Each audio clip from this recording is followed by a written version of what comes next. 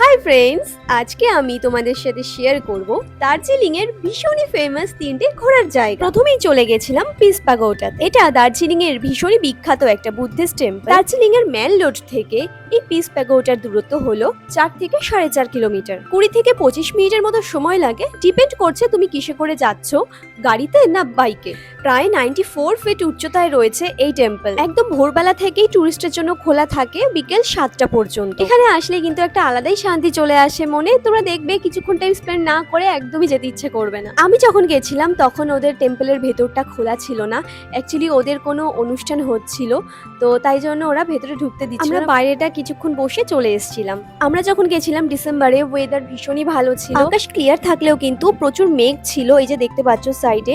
আমার ব্যাড লাগছে আমি পুরো মন্দিরটা ভালো করে ভেতরে ঢুকে দেখতে পারলাম না। যাই হোক, নেক্সট বার অবশ্যই ট্রাই করব, তো তোমরা অবশ্যই একবার এখানে ঘুরে আসতে পারো। এরপর আমরা সোজা চলে আসলাম বাতাসিয়া লুপে। পিস পাগোডার থেকে বাতাসিয়া লুপের দূরত্ব হলো অ্যাপ্রক্স 2 কিলোমিটারের মতো। এটা একটা ভীষণই ফেমাস একটা ভিউ পয়েন্ট, যেখান থেকে তোমরা ইজিলি কাঞ্চনজঙ্ঘা দেখতে পেয়ে যাবে। দার্জিলিং শহর থেকে দূরত্ব হলো 5 কিলোমিটার। শিলিগুড়ি থেকে দার্জিলিং যাওয়ার সময় প্রত্যেকটা টয় ট্রেন কিন্তু এই বাতাসিয়া লুপের উপর থেকে যায়। তোমরা এখানে কিছুক্ষণ ওয়েট করলেই কিন্তু টয় ট্রেনের দেখা পেয়ে যাবে। আর আমিও দেখো টয় ট্রেনের অপেক্ষায় ছিলাম, আর এই দেখো আমার পেছন থেকে টয় ট্রেন পাস করে গেল। আর ফটো সেশনের জন্য কিন্তু এই জায়গাটা ভীষণই পারফেক্ট। ওখান থেকে কিন্তু তোমরা এক ঝলকে পুরো দার্জিলিং শহরটা একবারে দেখতে পেয়ে যাবে। এই দেখো, দেখতে পাচ্ছ কতটা সুন্দর লাগছে। যদিও এই ভিউ পয়েন্ট থেকে কাঞ্চনজঙ্ঘা দেখা যায়, তবুও কিন্তু আমরা কাঞ্চনজঙ্ঘা দেখতে পাইনি এইবার, কারণ পুরো দেখতেই পাচ্ছ মেঘে ঢাকা ছিল।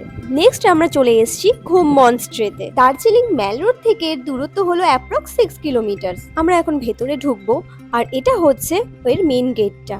ভেতরে ঢুকেই দেখছি জায়গাটা বেশ বড়, আর অনেকটা জায়গা নিয়ে এই ঘুম মনস্ট্রিটা অবস্থিত। আর এখানে ঢুকতে গেলে অবশ্যই প্রত্যেককে জুতো খুলে প্রবেশ করতে হবে। ভেতরে ঢুকেই একটা গিফট শপ দেখতে পেলাম, যেখানে বুদ্ধিস্ট রিলেটেড অনেক কিছু পাওয়া যাচ্ছিল। দরজা দিয়ে ভেতরের দিকে তাকালেই বুদ্ধদেবের বিশাল এক মূর্তি দেখতে পাওয়া যাচ্ছে। আর ভেতরটা কিন্তু ঠিক এইরকম।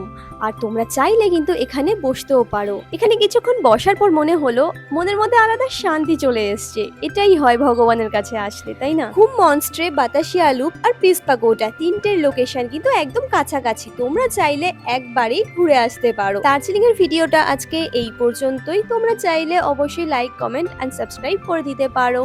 টাটা।